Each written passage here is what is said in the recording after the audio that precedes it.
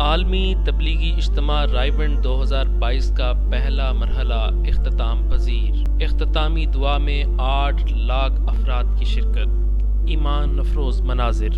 رائیونڈ کا سالانہ تبلیغی اجتماع حج بیت اللہ اور بنگلہ دیش کے اجتماع کے بعد دنیا بھر میں مسلمانوں کا تیسرا سب سے بڑا اجتماع ہے جو ہر سال رائیونڈ میں منعقد ہوتا ہے۔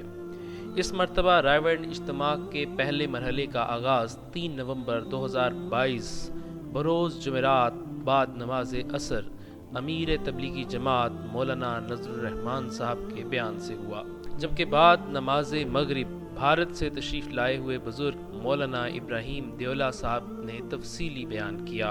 دنیا کو اللہ نے حقوق ادا کرنے کی جگہ بنایا ہے، آخرت کو بدلہ پانے کی جگہ بتایا ہے، اس لیے جان مال دیے ہیں حقوق ادا کرنے کے لیے کہ اپنی جان مال سے اللہ تعالیٰ کا حق ادا کرو۔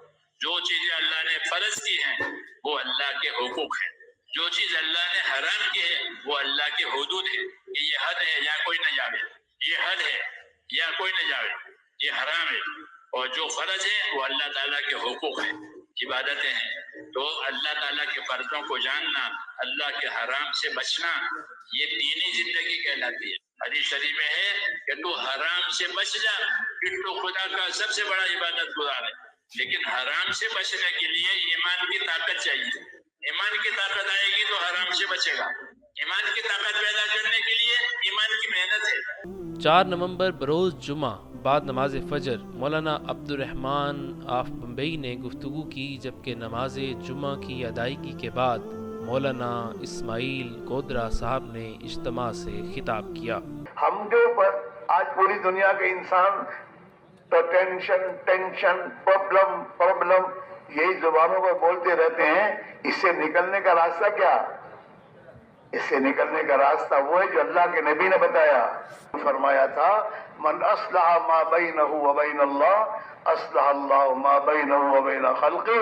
جو آدمی بھی اپنا معاملہ اللہ سے درست کر دے گا، اللہ کو راضی کرنا، ان دنیا کے انسان کو راضی کر کے کیا کرو گے؟ خدا کو ناراض کر کے۔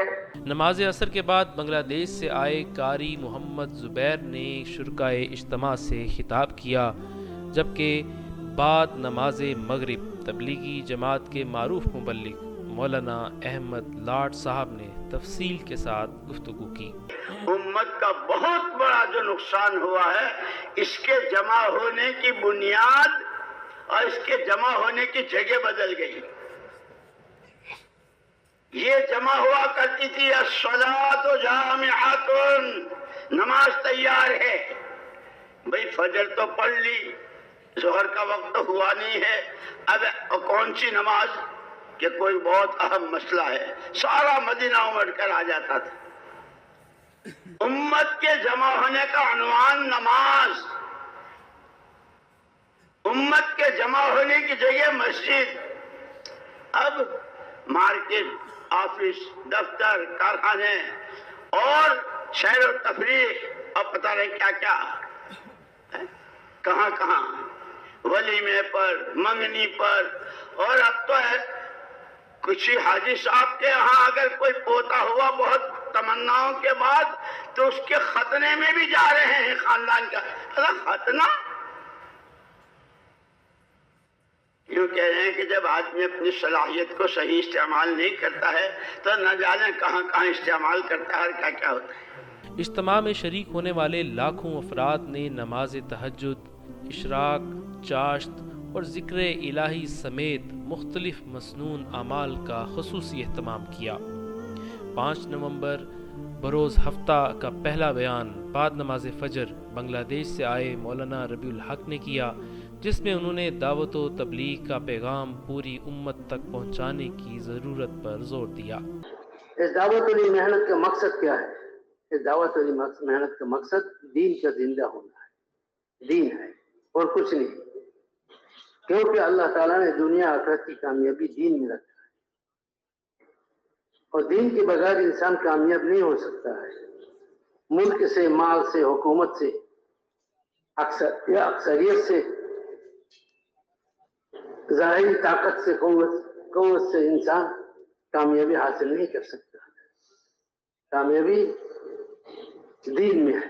جبکہ ہفتے کے دن ظہر کی نماز کے بعد بھائی فاروق صاحب نے گفتگو کی، نماز عصر کے بعد مولانا زبیر الحسن نے بیان کیا اور 5 نومبر کو آخری بیان بعد نماز مغرب مولانا ابراہیم دیولا نے کیا۔ اجتماع کے آخری روز 6 نومبر بروز اتوار بعد نماز فجر مولانا خورشید صاحب نے شرکائے اجتماع کو ہدایات جاری کی۔ ہم لوگ جو ہیں جو دوسرے مسافر ہیں ان کا اکرام بھی کریں، ان کو اپنے ساتھ بٹھائے بھی۔ ہم تو کھانے پینے کی چیز سے ان کا اکرام کر دیں، لیکن احتیاط کے اعتبار سے ہم جو ہیں لوگ اگر کھانے پینے کی چیز دیں تو ہم اس سے جو ہے پرہیز کریں، لیکن اس کو ایسے بتایا جائے کہ اس کو محسوس بھی نہ ہو، کیونکہ ہمارا کام کا مزاج کہ اپنا تو سب کچھ لگانا ہے لیکن لوگوں کے پاس جو کچھ ہے اس سے فائدہ نہیں اٹھانا۔ حضرات انبیاء کرام اپنی زندگیاں لگاتے، اپنے آپ کو تھکا دیتے، دن رات ان کے لیے دعائیں کرتے، لا اسألکم علیہ اجرا، اس پر تم سے کوئی اجر نہیں چاہتا، ان اجری الا علی رب العالمین، اس کا اجر تو اللہ عطا فرمائیں گے۔ دعوت دیتے ہوئے اپنے آپ کو چھوٹا سمجھنا اور دل ہی دل میں اللہ سے مانگنا۔ ہمارا دعوت دینا سکھلانا نہیں ہے، نصیحت کرنا نہیں ہے، ہمارا دعوت دینا تو ایک صدا ہے اور ایک پیش کرنا ہے۔ جسے فقیر کہتا ہے بھئی اللہ کے واسطے دے دو، جو دے اس کا بھی بھلا اور جو نہ دے اس کا بھی بھلا۔ ہم تو چھوٹے بن کر دعوت دیں، تواضع اللہ کو بہت پسند ہے، یہ نہ دل میں آ جائے کہ میں اس سے بہتر ہوں۔ جس کے بعد پہلے مرحلے کی اختتامی دعا مولانا ابراہیم دیولا صاحب نے کروائی، جس میں انہوں نے اسلام، پاکستان سمیت دنیا بھر کے مظلوم مسلمانوں کے لیے اللہ کے حضور خصوصی التجائیں کی۔ اے اللہ ہماری اور پوری امت کی پوری مغفرت فرما، ہماری اور پوری امت کی پوری مغفرت فرما۔ اے اللہ امت کی مغفرت فرما، امت پر سے اپنی ناراضگی کو اٹھا لے یا اللہ، ہم امت پر سے اپنی ناراضگی کو اٹھا لے اور موجبات مغفرت اور موجبات رحمت ہم پوری امت کی زندگیوں میں قائم فرما دے۔ اے اللہ ہمیں وہ خیر عطا فرما دے جو آپ اپنے نیک بندوں کو دیا کرتے ہیں، ہمیں ان تمام شرور سے، ان تمام فتنوں سے، ان تمام بلاؤں اور آفتوں سے ہماری حفاظت فرما۔ بیماروں کو شفا عطا فرما، اے اللہ بیماروں کو شفا عطا فرما، پریشان حالوں کی پریشانیاں دور فرما۔ اے اللہ جو جس مشکل میں پھنسا ہوا ہے، اے اللہ اس مشکل کو اس کے لیے آسان فرما۔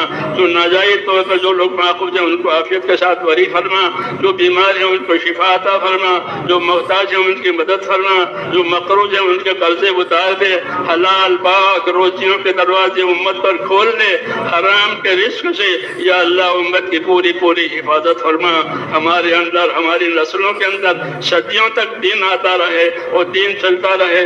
رپورٹ کے مطابق عالمی تبلیغی اجتماع رائیونڈ کے آخری روز شرکاء کی تعداد 8 لاکھ سے تجاوز کر گئی۔